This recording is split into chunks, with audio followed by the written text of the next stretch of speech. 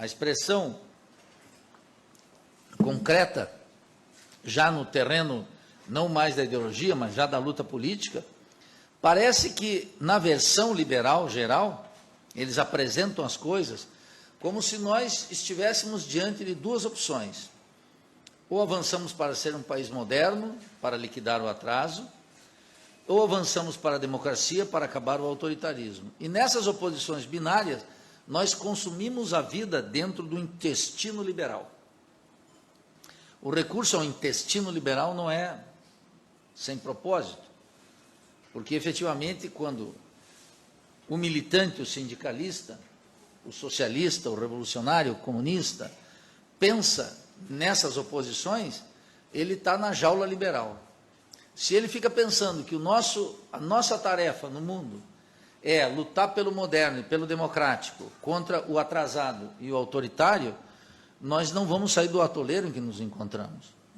Mas quando eu coloco essa observação inicial é para mostrar que essas oposições binárias vocês vão encontrar com muita frequência na boca de um sindicalista camarada, de um vereador ou deputado que vocês eventualmente votam, de um intelectual que vocês eventualmente seguem ou admiram. O tempo inteiro são essas oposições. E essas oposições é precisamente o que divide o liberalismo numa concepção liberal de direita e numa concepção liberal de esquerda. Ambas. Ambas convivem magnificamente bem, porque uma característica do liberalismo é que ele admite a polêmica, e admite, e mais do que admite, ele exige que existam opções, e que o discurso liberal por excelência assuma a forma de apelo ao pluralismo, e inclusive algo muito importante, de apelo à tolerância. A tolerância que a gente fica discutindo, ouvindo, inclusive em setores progressistas, de movimentos populares, é um argumento de natureza liberal. Não é um argumento, quando as pessoas dizem, olha, eu quero tolerância, supondo que podem estar superando o marco liberal, o que estão precisamente fazendo é afirmando a ideologia liberal. Uma ideologia liberal tem que prezar pela tolerância, preza pelo argumento do oposto, preza precisamente para isso que se fala o diálogo. O diálogo em si mesmo é um recurso de natureza liberal. Não é um recurso, que eu vou chamar aqui, contra essas duas versões, o recurso da crítica. O recurso da crítica supera esse horizonte do liberalismo de direita e de esquerda. Por essa razão, tanto liberais de esquerda quanto de direita são precavidos contra o império da crítica. Olha, a crítica é destrutiva. Olha, é muito fácil criticar, quero ver fazer. Todos esses argumentos do senso comum são para desqualificar a crítica e para trazer a crítica para a jaula desse liberalismo que encontra uma versão de direita e uma versão de esquerda. Ambas funcional ao domínio do capitalismo e ambas funcional ao domínio da classe dominante brasileira. Isso no terreno da economia, da política, do Estado, da cultura, muito claramente estabelecido. Então, uma sociedade plural, ela é precisamente uma sociedade essencialmente liberal, porque o liberalismo pode assumir uma feição progressista, quando as condições históricas permitem, ou assume uma feição ditatorial quando as condições exigem. Mas ambas no marco do liberalismo.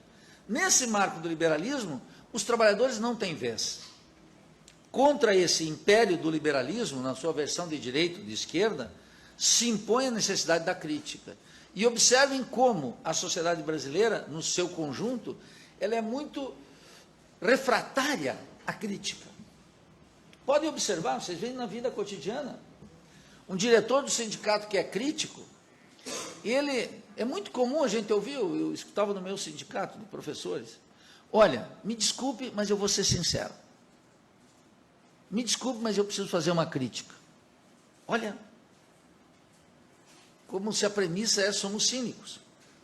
Porque se eu me desculpo para fazer a crítica, é porque essencialmente somos cínicos. O cínico não no sentido da escola filosófica lá de Diógenes, mas o cínico moderno. Esse cinismo que domina o cenário político. Vejam que o cotidiano está cheio de expressões dessa natureza, todas elas dedicadas a castrar a crítica, a enjaular a crítica, a limitar a crítica e simular o debate. Tolerância, pluralismo, democracia, são bordões abstratos, todos eles são testados para mim no altar da crítica. Quando eu estabeleço a crítica, aí é que a gente vai ver quem de fato é tolerante, quem de fato é democrático, quem de fato é moderno. E ali todos reprovam. Quando se estabelece o império da crítica, a crítica que tem que ser feita sem pedir licença, porque ninguém constrói alternativa alguma sem o império da crítica. Qual é a primeira condição para construirmos alternativas? Que é, ao fim e ao cabo, que todo mundo está buscando, né? Como saímos disso? A primeira exigência é que a crítica se estabeleça. A crítica do quê? A crítica do real, disso que está aqui, do que estamos vendo. Então, aquele que quer verdadeiramente começar a construir alternativas, tem que prezar pelo império da crítica. A crítica a tudo e a todos. A crítica impiedosa. A crítica que não é feita calculando para buscar um aliado aqui, acolá, etc. A crítica tem que se estabelecer de maneira plena. Depois dela estar convivendo entre nós, aí a gente começa a discutir numa outra condição e buscar alianças, construção de projetos numa outra condição. E eu diria que, então, a característica fundamental do tempo conjuntural que nós estamos vivendo é a ausência da crítica. E a ausência da crítica, eu diria, na esquerda. Por isso que a direita tem uma vantagem na sociedade brasileira. Uma vantagem gigantesca.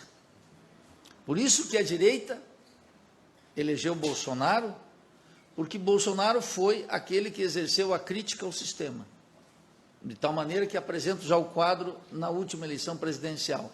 Na última eleição presidencial, Fernando Haddad, no segundo turno, aparecia como aquele que queria preservar as conquistas sociais do sistema, e Bolsonaro aparecia como aquele que dizia, é impossível fazê-lo, eu sou crítico do sistema.